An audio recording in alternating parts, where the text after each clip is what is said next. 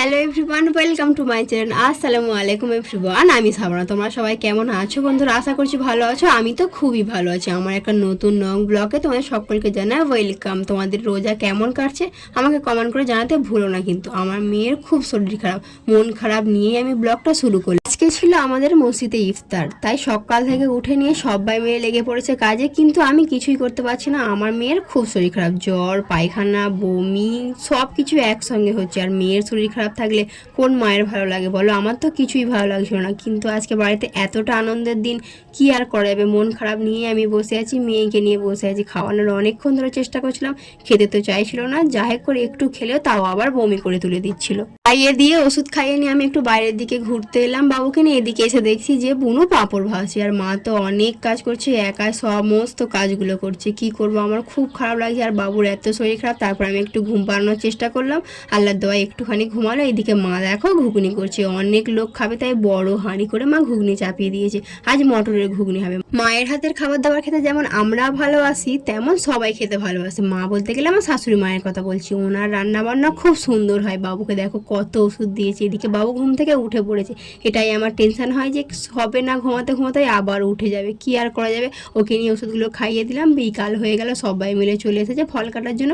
এদিকে বুনু লস্যি করবে, তাই আমাকে বলছিল ভাবি একটু চিনিটা ভিজিয়ে দাও। সেই মতোই আমি একটু চিনিটা ভিজিয়ে দিচ্ছিলাম আর ফলগুলো ধুয়ে দিচ্ছিলাম। বাবুকে নিয়েও দাদাজি বসেছিল, সেই ফাঁকে আমি একটু টুকটুক করে কাজগুলো করার চেষ্টা করছিলাম। আমার সব জায়ের মেয়েরা এসেছে, আমার ননদরা আছে, সবাই মিলে ওরা ফল কাটাকাটি করছে। এদিকে আমি মেয়ের জন্য একটু খাবার বানাচ্ছিলাম। এতটা শরীর খারাপ, কিছু খেতে পারছিল না, কিন্তু মা হয়ে কি করে সহ্য করবো বলো? ওকে না খাইয়ে আমি থাকবো কিভাবে? তাই ওকে খাওয়ানোর চেষ্টা করছিলাম, কিন্তু বৃথা হয়ে গেল খাওয়াটা। সব বমি করে তুলে দিল।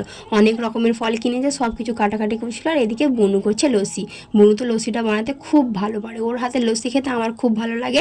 তাই ওইদিকে লস্যি বানাচ্ছিল আর আমি টুকটুক করে একটু ভিডিও ক্লিপগুলো নিয়ে নিচ্ছিলাম। কিছু করতে পারছিলাম না, কিন্তু ভিডিও ক্লিপগুলো তো নিতেই হবে, না হলে তোমাদের সঙ্গে তো আমার ভিডিও শেয়ার করতে পারবো না বলো। সবাই তো রোজা করে আছে, কিন্তু লস্যিতে কত পরিমাণ চিনি দিতে হবে সেটা তো বুঝতে পারছিল না। তাই মা একটা টিপস বলে দিল যে ঘন হয়ে হাতে একটু চিপটে চিপটে গেলে তাহলে বুঝে নেবে যে লস্যিটা মিষ্টি হয়ে যায়। সেই মতোই বুনু চেষ্টা করছিল সেরকম করার। দেখো কত লস্যি করেছে, পুরো মসজিদে দেওয়া হবে। আর যতজনকে নিমন্ত্রণ দেওয়া হয়েছে তারা সবাই মিলে খাবে। সব কিছু রেডি করা হয়ে গেল। এদিকে ফলগুলো কাটা হয়ে গেছে, কিন্তু ফলগুলো প্লেটে প্লেটে আলাদা করে সাজিয়ে দিতে। সব রকম ফল সব খাঁচাতে দিতে হবে, মসজিদে 4টে খাঁচা যাবে। সেই মতো বুনু সব খাঁচাগুলোকে রেডি করছিল, সুন্দরভাবে সাজিয়ে সাজিয়ে দিচ্ছিল। আর এদিকে বাড়িতে যত লোক খাবে তাদের জন্যও খাঁচা রেডি করতে হচ্ছিল, আবার অনেকজনকে বাড়িতে বাড়িতে দিয়ে আসা হচ্ছিল। তাই সব কিছু বুনু রেডি করে দিল।